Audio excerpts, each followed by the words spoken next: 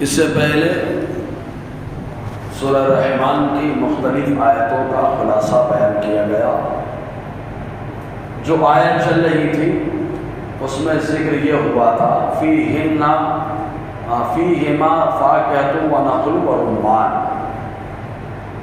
اللہ تبارک و تعالیٰ نے ان لوگوں کے لیے جن کے اعمال نامے دائنے ہاتھ میں دیے جائیں گے ان کے لیے دو شاندار جنتیں اللہ نے تیار کر رکھی۔ اس کے اندر چھلکتے ہوئے دو چشمے ہیں، اس میں میوہ جات ہیں۔ اس کے اندر اور کون ہیں جن کو دائنے ہاتھ میں اعمال نامے دیے جائیں؟ تو رب فرماتا ہے فیہن خیرات حسان۔ خیر جو فطرت کی خوبی ہو اس خوبی کو خیر کہا جاتا ہے، اور ایک چہرے کی جو خوبصورتی ہو اس کو حسن کہا جاتا ہے۔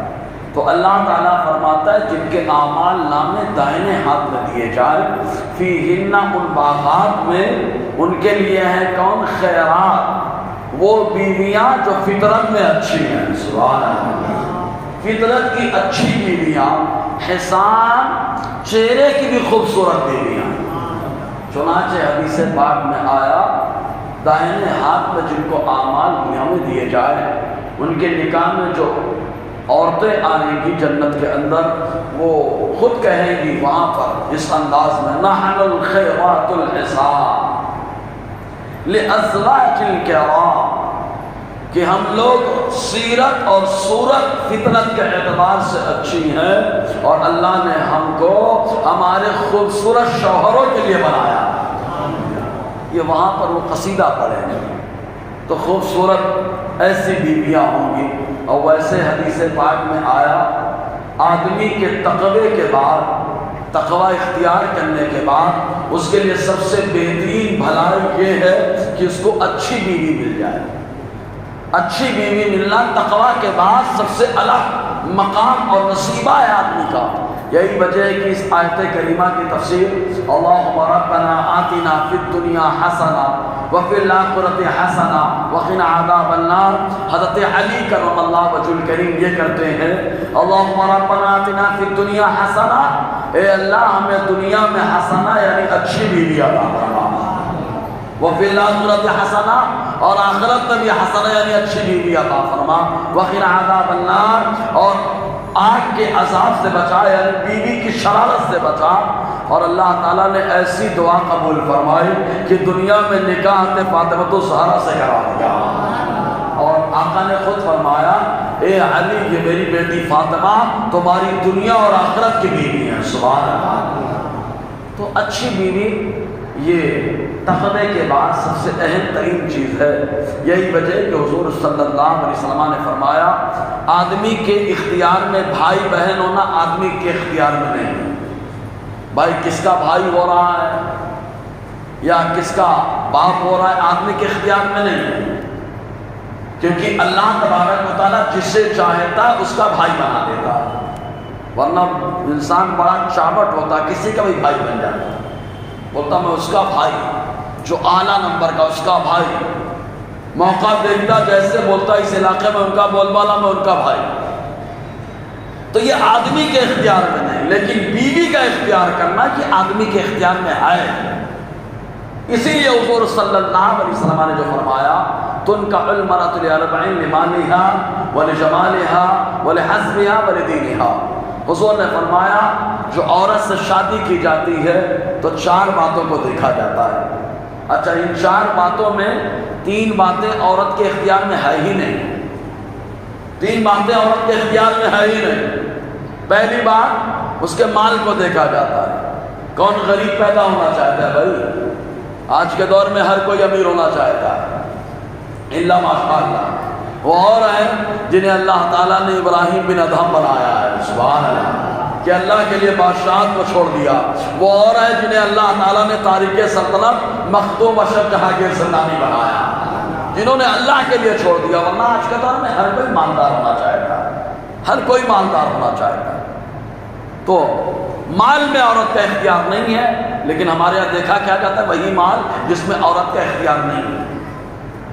یہ مال اللہ تعالیٰ جس سے چاہتا اسے دے دیتا ہے بھائی، اور جس سے چاہتا ہے بے حساب دیتا ہے، اور جب چاہتا ہے تب عطا فرماتا ہے۔ ولی مال کو دیکھتے ہیں، اور اپنے یہاں تو بڑے نرالے لوگ ہیں، جبہ قبہ بڑھیا شاندار داڑھی، ہاتھ میں تسبیح، گئے سیٹ کے گھر میں اکلوتی لڑکی کو بولے تم ایک جوڑا کپڑا میں گیلا کر دینا بس۔ سیٹ کے یہاں جبہ قبہ میں گیا، نماز پڑھ کے گیا، ہو سکتا ہے نماز حاجت پڑھ کے گیا ہو کہ رشتہ ٹھکرایا نہ، اور وہاں جا کے بول رہا ایک جوڑی کپڑے میں روانہ کر دینا بس کافی ہے میرے لیے۔ جانتا ہے نا ابا مرے تو صحیح، کچھ لوگ تو اپنے حصے میں آ ہی جائیں گے، کہیں پہ نگاہیں کہیں پہ نشانہ ہے نا۔ یہ متقی پرہیزگار آدمی کا انداز ہے آج کے دور کے اللہ ماشاء اللہ۔ اگر یہی ایک جوڑا کپڑے میں عورت کو لانا مقصد تھا تو غریب گھر میں بھی بچیاں اچھی رہتی ہیں، ایسا نہیں کہ خراب رہتی ہیں، وہاں بھی تقویٰ پایا جاتا ہے، وہاں بھی دین پایا جاتا ہے۔ تو مال کو دیکھا جاتا ہے۔ پھر اس کے بعد دوسرا کا کیا آقا فرماتے والے حسبھا، گھرانہ دیکھتے ہیں۔ بتائیے گھرانے میں لڑکی کا اختیار ہے کیا کہ اس گھرانے میں پیدا ہو گئی؟ اگر ایسا ہوتا تو سارے انسان سیدوں کے گھرانے میں پیدا ہونے کے لیے تیار ہوتے۔ صحیح ہے کہ نہیں؟ آدمی کے اختیار میں نہیں، ورنہ کون آدمی جو ہے آل رسول نہیں بننا چاہے گا؟ ہر آدمی حضور کی اولاد میں آتا ہے، اختیار میں ہوتا ہے، لیکن یہ اللہ تعالیٰ کو پسند ہے، جس سے چاہے اسے حضور صلی اللہ علیہ وسلم کی نسل میں پیدا فرمائے۔ ارے یہ رب کا کیا خاص کرم نہیں ہے کہ اللہ تعالیٰ نے اپنے اوپر ایمان رکھنے والا بنا دیا، مومنوں کی جماعت میں پیدا کر دیا، ایمان والوں کی جماعت میں پیدا کر دیا۔ تو خاندان دیکھتے ہیں لڑکی کے اختیار میں ہے کیا وہ؟ اگر لڑکی کے اختیار میں ہوتا تو بہت بڑی بنتی ہوتی۔ تو گھرانہ دیکھا جاتا ہے، دونوں اختیار میں نہیں۔ ولی جمال ہے، مال دیکھا جاتا ہے۔ اچھا بتاؤ مال میں بھی ولی جمال ہے، اس کی خوبصورتی دیکھا جاتا ہے۔ خوبصورتی میں اختیار ہے کیا؟ کسی کو اختیار نہیں، ورنہ کون آدمی کالا رہنا چاہتا ہے؟ کون آدمی خراب دکھنا چاہتا ہے؟ اتنا ٹیپ ٹاپ سے میک اپ کرا کے لوگ نکل رہے ہیں، تو لڑکے بھی میک اپ کرا رہے ہیں۔ کون آدمی جو ہے نا خوبصورت نہیں دکھنا چاہتا؟ لیکن دیکھا جاتا ہے انہی باتوں کو جس میں لڑکی کا اختیار نہیں ہے، نہ مال میں اختیار ہے، نہ گھرانے میں اختیار ہے، نہ جمال میں اختیار ہے۔ لیکن مصطفیٰ فرماتے ہیں اختیار جس میں ہے ولی دین، یہاں دین میں ہے، فَاصْبِرْ بِذَاتِ الدِّین، تو تم دیندار عورت سے شادی کرو، اللہ تمہیں کامیابی عطا فرمائے گا۔ اب بتاؤ دینداری میں لڑکی کا اختیار ہے، جو چاہے دیندار بن سکتا ہے۔ نماز پڑھنا شروع کر دے گے، مرد ہے تو نماز پڑھے، چہرے پہ داڑھی رکھے، گناہوں سے بچے، اللہ کرے، دیندار ہو گیا۔ روزہ رکھ کے دیندار ہو گیا، قرآن پڑھے دیندار ہو گیا۔ لڑکی دیندار کیسے؟ کہا پردے میں رہے، نماز کی پابندی کرے، ماں باپ کی خدمت کرے، گھر کا کام کرے، ان کو گالی گلوچ نہ کرے، اپنی آواز باہر نہ نکالے، پردے میں رہے، قرآن کی تلاوت کرے، درود پاک کا اہتمام کرے۔ کہا یہ دیندار ہو گئی۔ اب اگر عورتیں جو دیکھنے جاتی خالی یہ پوچھ لے 5 ٹائم کی نماز پڑھتی ہے کہ نہیں پڑھتی ہے، تو کالی لڑکی بھی بولے گی کہ اب نماز کا دور چلا ہے، سورت کا دور نہیں ہے، نماز نہیں پڑھتی تو نماز پڑھنے لگے گی تاکہ اس کا رشتہ ہو جائے، ہے نا، قرآن پڑھنے لگے گی۔ تو اختیار، اسی لیے آقا علیہ السلام نے فرمایا۔ تو اللہ تعالیٰ فرماتا ہے فیہن، ان کے اندر خیرات ہیں، یعنی وہ بیویاں جو فطرت میں اچھی ہیں، حسان صورت میں بھی اچھی ہے، اور اچھی بیوی ملنا یہ اللہ کی نعمت ہے۔ شادی سے پہلے خوب استخارہ ہوتا ہے، بتاؤ شادی کے بعد کیسا رہے گا؟ تو استخارہ ایک اندازہ ہے، ایک اندازہ، اللہ تعالیٰ سے بھلائی چاہ تو بھلائی چاہنے والا، استخارہ کرنے والا بھی اس پائے کا ہونا چاہیے، اس پائے کا ہو، اور جو پائے کا ہوگا وہ یہی بتائے گا، ورنہ مصطفیٰ خود اور فارمولہ دے دیتے۔ مصطفیٰ نے کیا فارمولہ دیا؟ دیندار سے شادی کرو نا، تم کو ٹینشن ہی نہیں پڑے گی، دیندار آئے گی تو تم کو جلائے گی نہیں، مارے گی نہیں، گالیاں نہیں دے گی، دیندار آئے گی سویرے اٹھائے گی، دیندار آئے گی قرآن پڑھے گی، دیندار آئے گی کام کرے گی، کیونکہ معلوم ہے جس کا شوہر راضی ہو اس عورت کا داخلہ اللہ تعالیٰ ڈائریکٹ جنت میں فرما دے گا۔ دیندار نہ ہو، استخارہ کرانے کی نوبت ہی نہیں ہے، سمجھ رہے کہ نہیں؟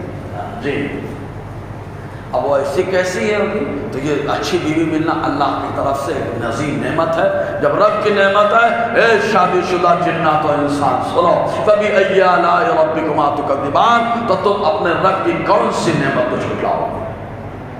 اچھی بیوی ملنا یہ بھی اللہ کی نعمت ہے. کوئی بولے نہیں یہ میرا کمال ہے، میں اچھے رہوں تو میری بیوی بھی اچھی موقع مل گئی. ایسا نہیں ہے. کبھی کبھی تو ایسا ہوتا ہے کہ متقی پرہیزگار اور آدمی کے ہاتھ میں خطرناک عورت آ جاتی ہے، اور کبھی کبھی متقی پرہیزگار عورت خطرناک آدمی کے ہاتھ میں چلی جاتی ہے. ایسا بھی ہوتا ہے نا. تو بس یہ دعا کریں اللہ نیک جوڑا عطا فرما، نیک جوڑا عطا فرما. جی حور مقصورات فی الخیام، یہ داہنے ہاتھ میں جن کو اعمال ملے بیویاں بھی اچھی، حوریں بھی اچھی. اور ایسی حوریں کہ بے پردہ ادھر ادھر نہیں گھومتی. مقصورات فی الخیام، موتیوں کے خیمے میں رہتی ہیں. شاندار خیمہ ہے، اتنا بڑا خیمہ کہ لمبائی اس کی خالی 60 گز لمبائی، 60 گز لمبائی.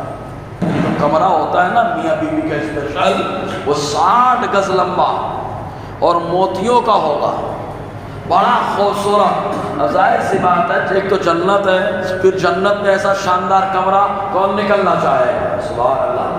اسی لیے کہتے ہیں گھر کا ماحول اچھا بنائے نکلنے کی طبیعت بھی نہیں ہوگی. جی اب کسی نے ان کو ہاتھ بھی نہیں لگایا، وہی حال نہ جنات نے ہاتھ لگایا نہ انسان نے ہاتھ لگایا. کسی نے ہاتھ نہیں لگایا، کسی نے ہاتھ نہیں لگایا. اس سے پہلے بتا چکا میں کہ آقا علیہ السلام نے جو فرمایا کہ آدمی کو جنات عورت کو کیسے ہاتھ لگاتا ہے. جب آدمی ناپاکی کی حالت میں، حیض کی حالت میں اپنی بیوی سے ملاقات کرتا ہے تو شیطان اس سے پہلے ہاتھ صاف کر لیتا ہے، تو اس کی وجہ سے بچہ تھوڑا گڑبڑ پیدا ہوتا ہے. اسی لیے ناپاکی کی حالت میں بیوی سے دور رہنے کا اللہ تعالیٰ نے حکم دیا. فَاعْتَزِلُوا فِي النِّسَاءِ وَاعْتَزِلُوا النِّسَاءَ فِي الْمَحِيضِ. حیض کی حالت میں عورتوں سے دور رہو، مطلب جمع مت کرو، دور رہو ان سے. اور اگر ہو جائے تو ایک حدیث میں آیا حضور صلی اللہ علیہ وسلم نے فرمایا اگر کسی کے دھوکے سے ہو جاتا ہے تو وہ صدقہ کرے، دینار صدقہ کرے. دھوکے سے اگر ہو جائے، جان جان کے نہیں، دھوکے سے ہو جائے تو اللہ تعالیٰ فرماتا ہے ایسی بیویاں جو پردے میں رہیں، خوبصورت ہوں، تو یہ بھی اللہ کی نعمت ہے نا. ورنہ اٹھتے پہ بیٹھ کر ادھر ادھر جھانکتی رہے تو آدمی کو ٹینشن ہوگا، لوگ کم چلائے گا، گھر میں زیادہ دھیان رہے گا، کام کم کرے گا، گھر میں زیادہ دھیان رہے گا. تو گھر میں پردے میں عورت رہے تو آدمی سکون سے کام کرتا ہے. تو رب فرماتا ہے اچھی بیوی یہ بھی تو نعمت ہے. فَبِأَيِّ آلَاءِ رَبِّكُمَا تُكَذِّبَانِ. اے انسان جو تیری بیوی تیرے پردے میں رہتی ہے، تیرے کنٹرول میں رہتی ہے، یہ بھی نعمت ہے. تو اپنے رب کی کون سی نعمت کو جھٹلائے گا؟ اور ایسی بیوی نہ انسان نے ہاتھ لگایا نہ جنات نے ہاتھ لگایا. اور رب فرماتا ہے وَبِأَيِّ آلَاءِ رَبِّكُمَا تُكَذِّبَانِ. اے انس و جن، اللہ تعالیٰ کی تم کون سی نعمت کو جھٹلاؤ گے؟ اب وہاں پر خالی اتنا بڑا کمرہ ہی ہوگا، خیمہ ہوگا؟ نہ، اللہ تبارک و تعالیٰ اس میں شاندار گدے، سبحان اللہ، گدے مسند نشین، ٹیک لگا کے بیٹھنے کے لیے مسند. آج بھی آدمی کرسی پہ بیٹھ جائے لیکن وہ مزہ نہیں ہے جو مزہ مسند پہ ٹیک لگا کے بیٹھنے میں. مسند میں شاہی انداز معلوم ہوتا ہے، اور اس مسند کے اوپر بھی شاندار جو کپڑا ہوگا وہ ہرے کلر کا ہوگا. اور کیسا ہوگا؟ عبقری، یعنی بے مثل و بے مثال. عبقری کا مطلب ہوتا ہے ایسا انوکھا کہ اس جیسے جلدی پایا ہی نہ جاتا، اور بڑا حسین و خوبصورت. تو اللہ تعالیٰ فرماتا ہے وہ داہنے ہاتھ میں جن کو اعمال دیے گئے متکئین علی رفرف خضر و عبقری کی حسان، ٹیک لگائے ہوں گے، تکیہ لگائے ہوں گے، رف بچھونے پر، خود جو ہرا ہوگا، عبقری انوکھا ہوگا، حسان خوبصورت. سبحان اللہ، یعنی ہرا کلر کا ہوگا، ہرا کلر کا بچھونا ہوگا اور ایک دم انوکھا ہوگا، حسان خوبصورت بھی ہوگا، ایسا شاندار. تو یہ ساری نعمت دنیا سے لے کے قبر، قبر سے لے کر حشر، حشر سے لے کے جنت، ہر جگہ انسان اللہ تعالیٰ کی نعمت میں نہا رہا ہے تو رب کی نعمت کو جھٹلا نہیں سکتا. اسی لیے رب فرماتا ہے فَبِأَيِّ آلَاءِ رَبِّكُمَا تُكَذِّبَانِ. اے انس و جن، تم اپنے رب کی کون سی نعمت کو جھٹلاؤ گے؟ جب نعمت کو نہیں جھٹلا سکتے ہو تو بہتر یہ ہے کہ اللہ اللہ کیا کرو، کیونکہ جو بندہ اللہ کا نام لیتا ہے تو رب کا نام اتنا بابرکت ہے، جس زبان سے وہ نام ادا ہوتا ہے اس زبان کو بھی اللہ تعالیٰ بابرکت بنا دیتا ہے. زبان کو بابرکت بنا دیتا ہے باقاعدہ. اور زبان کے ساتھ ساتھ نام میں تو اتنی برکت ہے کہ اللہ کے نام کے ساتھ اگر کھانا شروع کیا جائے تو شیطان بھی نہیں آ پاتا ہے. سبحان اللہ ہے نا. تفسیر کبیر کے اندر امام فخر الدین رازی نے ایک روایت لکھی ہے.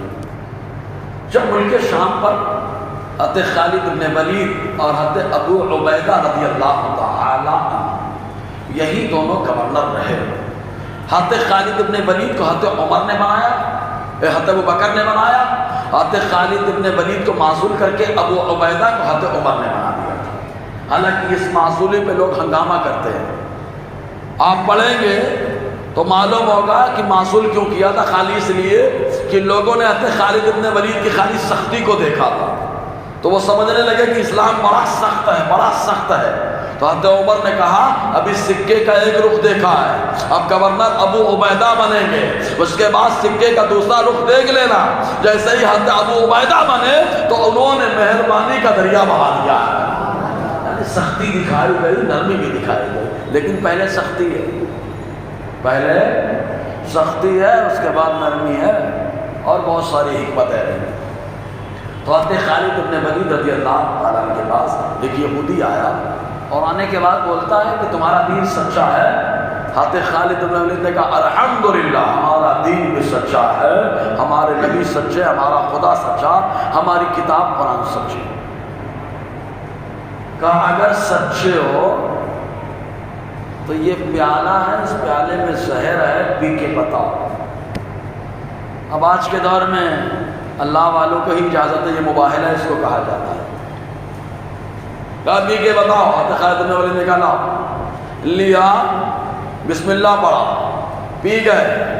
لایا, پیالے میں زہر تھا, نام خدا لے لیا, وہ زہر ختم ہو گیا, اللہ نے شربت بنا دیا. یہودی کلمہ پڑھ کے مشرف کو اسلام بنا. یہ اللہ کے نام کی برکت, یہ اللہ تعالیٰ کے نام کی برکت ہے. ایسے ہی کوئی اگر جانور ذبح کر رہا ہے, خالی یوں ہی مار دیا تو کہا حرام ہے, لیکن ایمان والا ہے, زبان سے بولتا ہے بسم اللہ بسم اللہ بسم اللہ اللہ اکبر. جیسے ہی نام خدا لے لیا, بغیر لیے ذبح کرتا حرام ہوتا, اب نام خدا لے کر کے ذبح کیا ہے, اللہ نے حلال فرما دیا.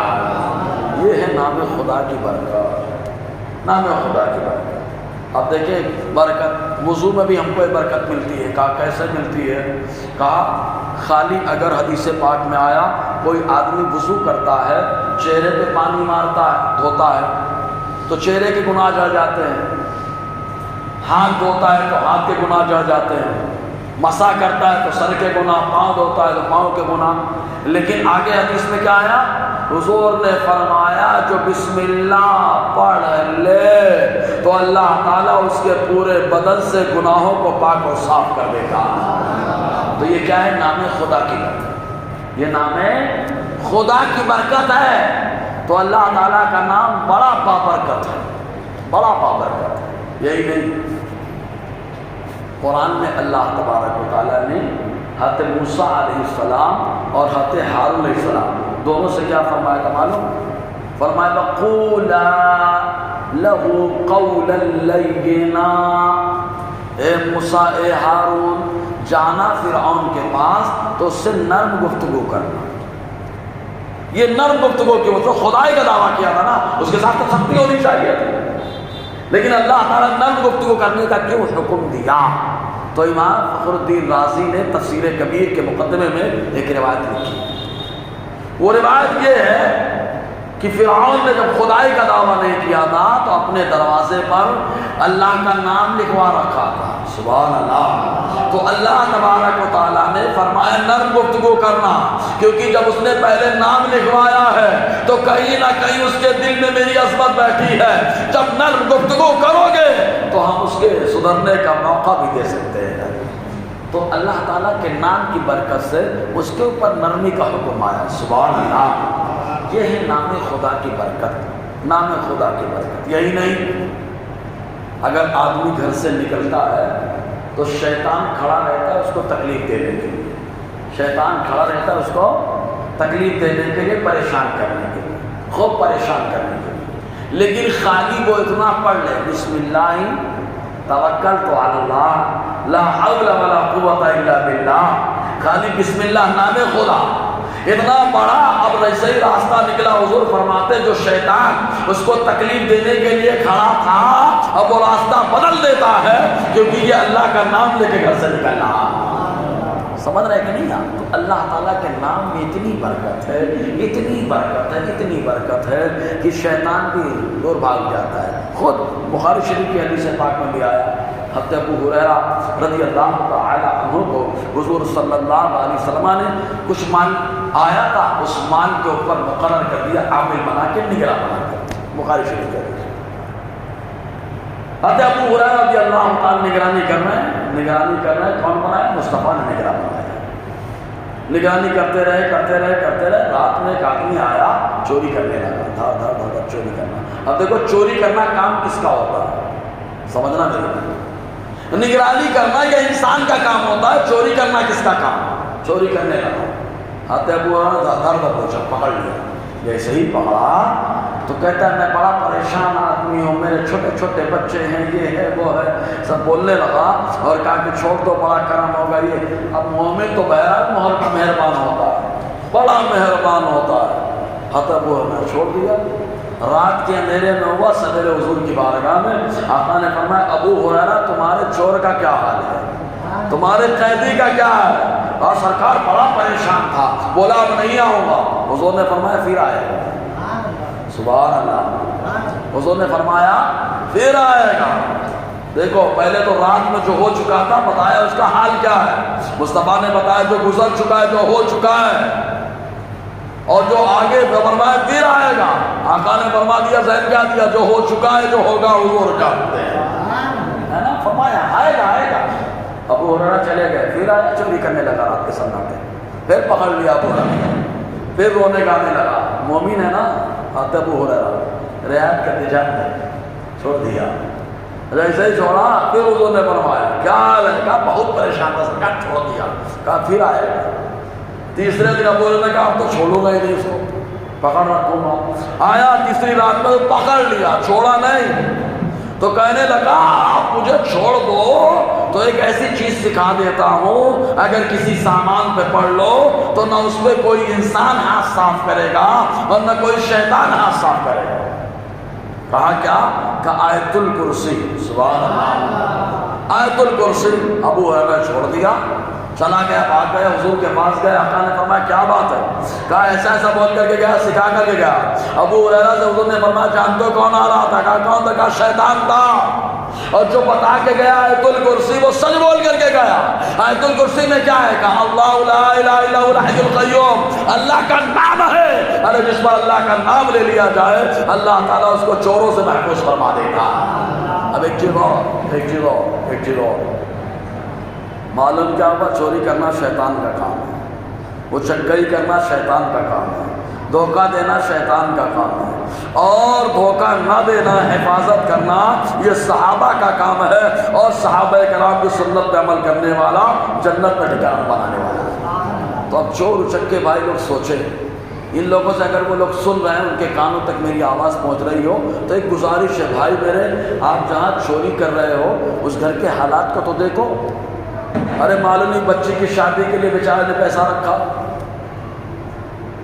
آپریشن، بیمار ہے کوئی بیمار، اس کی دوا علاج کے لیے پیسہ رکھا، اور تم جیب کاٹ کے بھاگ رہے ہو، معلوم نہیں بیچارہ کس حال میں پیسہ لے کے جا رہا ہو۔ تم تو سوچ رہے ہمارا دن بن گیا لیکن اس کا کیا ہوگا، پوری زندگی خراب ہو سکتی ہے۔ تو ذرا سوچو پیارے۔ تو بس خالی اتنی گزارش ہے، تو غور کرے اگر ان کے کانوں تک آواز پہنچی ہو، ورنہ تو نشے میں آدمی کیا نہیں کرتا۔ اللہ تعالیٰ ہم سب کو دیندار بننے کی توفیق عطا فرمائے۔ تو اللہ کا نام بڑا برکت والا نام ہے، اسی لیے اعلیٰ حضرت امام احمد رضا خان علیہ رحمۃ رضوان نے فرمایا کہ جو مومن کی زبان سے تھوک نکلتا ہے، اس تھوک کو گٹر میں نہ پھینکا جائے، گندی جگہ نہ پھینکا جائے۔ تو آپ سے پوچھا گیا کیوں؟ آپ نے فرمایا اس لیے کہ زبان سے وہ اللہ کا نام لیتا ہے، اور جہاں سے اللہ کا نام ہے وہیں سے تھوک پیدا ہوتا ہے، لہذا اس تھوک کو گٹر میں نہ ڈالا جائے۔ ذرا سوچیں آپ۔ تو اللہ تعالیٰ اپنے نام کے بارے میں فرما رہے ہیں، تبارک اسم ربک بابرکت ہے، سبحان اللہ، بابرکت ہے تمہارے رب کا نام، سبحان اللہ۔ اتنا بابرکت ہے کہ ابو ہریرہ نے فرمایا جو اللہ تعالیٰ کے ناموں کو یاد کر لے، حضور نے فرمایا اس کا داخلہ جنت میں ہو جائے گا۔ گانے بڑے یاد رہتے ہیں، یہ سب بہت یاد رہتے ہیں، اللہ تعالیٰ کے نام یاد کر لیا جائے، نام یاد کر لیا جائے، جنت میں جانے کا فارمولہ ہے، اللہ کا نام یاد کر لیا جائے۔ بہت بابرکت ہے تمہارے رب کا نام۔ اچھا کون سا نام یہ نہیں بتایا گیا، کیونکہ اللہ تعالیٰ کے کچھ ایک نام ذاتی ہے، وہ ہے لفظ اللہ، باقی صفاتی نام ہے، تو تمام نام اللہ کے بابرکت ہیں۔ اسی لیے ایک بار ابو جہل بہت ٹینشن میں آ گیا، کیونکہ حضور کبھی کہتے اللہ، کبھی کہتے رحمان، کبھی کہتے رحیم، کبھی کہتے غفار، کبھی کہتے قہار، کبھی کہتے ستار، ٹینشن میں آ گیا۔ کہتا یار ہم کو تو بولتے بہت ڈھیر معبودوں کی عبادت کرتے ہو، ان کی عزا، منات، اساف، نائلہ، حبل، بہت ڈھیر کی عبادت کرتے اور خود اتنے نام لیتے رہتے ہیں۔ جیسے حضور کے پاس اعتراض کیا تو اللہ تعالیٰ نے فوراً آیت کریمہ نازل فرمائی، فَلَهُ الْأَسْمَاءُ الْحُسْنَىٰ اَيَّمَّا تَدْعُوا فَلَهُ الْأَسْمَاءُ الْحُسْنَىٰ۔ اللہ فرماتا ہے جس نام سے چاہو پکارو، اللہ کے نام سب اچھے ہیں، سبحان اللہ، اللہ کے نام سب اچھے ہیں، تو سب نام بھی اچھے ہیں، اور جس زبان پہ آ جائیں اس زبان بھی اچھی ہو جاتی ہے، سبحان اللہ۔ اب اسی پہ ایک ریلیٹڈ بات، جس دل میں اللہ کا نام ہوتا ہے وہ دل بھی اچھا ہوتا ہے، اور وہی دل اللہ اور رسول کی محبت میں دھڑکتا ہے جس دل میں اللہ تعالیٰ کا نام لکھا ہوتا ہے۔ اب بولے بھیا لاؤ قلم لکھوا لیتا ہوں، لاؤ ٹیٹو بنوا لیتا، نہیں، دل میں ٹیٹو بنوا لے جاؤ گے تو ٹیٹو بن جاؤ گے، سمجھ رہے نا؟ تو دل میں نام یہ بہت اہم چیز ہے، اسی لیے آقا نے فرمایا دیوار بدن کے اندر ایک گوشت کا لوتھڑا ہے، وہی تمہارے بدن پہ حکومت کرتا ہے، اگر وہ صحیح رہا تو تمہارا پورا وجود صحیح رہے گا، اگر وہ بگڑ گیا پورا وجود خراب ہو جائے گا، اور وہ ہے جسے دل کہا جاتا ہے، اور وہ ہے جسے دل کہا جاتا ہے۔ انسان کا دل انسان کے اعضاء پہ حکومت کرتا ہے، بادشاہ ہے، اور قرآن کا دل مصطفیٰ نے یاسین کو بنا دیا ہے، یاسین شریف کو قرآن کا دل مصطفیٰ نے بنا دیا، اسی لیے حدیث میں آئے جو بندہ یاسین کی تلاوت کرتا ہے اللہ تعالیٰ اس کی ساری ضرورتوں کو پوری فرما دیتا ہے نا جی۔ تو بابرکت ہے تمہارے رب کا نام، کون سا؟ اب اللہ تعالیٰ کی شان بھی تو آنی چاہیے، تو اپنی عظمت اللہ تعالیٰ بیان کرواتا ہے تاکہ بندے پڑھیں، ذی الجلال والاکرام، ذی مانے والا، جلال مانے عزت و بزرگی، اکرام مانے لائق تعظیم، جو عزت و بزرگی اور لائق تعظیم ہے، سبحان اللہ، جو عزت و بزرگی والا ہے، لائق تعظیم ہے، اس رب کا نام بڑا برکت والا ہے، بڑا شاندار نام ہے۔ انشاءاللہ آگے گفتگو رہے گی۔ سورہ رحمان کی تکمیل ہوئی، اب تک 4 صورتیں آپ کے ہاں مکمل ہوئی، یاسین شریف، سورہ طٰہٰ، سورہ ملک اور سورہ رحمان۔ اب انشاءاللہ اگلے ہفتے سے سورہ فیل یعنی علم ترا سے لے کے آخر تک والی صورتیں، کیونکہ نماز میں ہم پڑھتے ہیں تو کم سے کم سمجھے تو صحیح کیا پڑھتے ہیں، ہے نا؟ تو انشاءاللہ اگلے ہفتے سے سورہ فیل سے گفتگو رہے گی۔ اس سے پہلے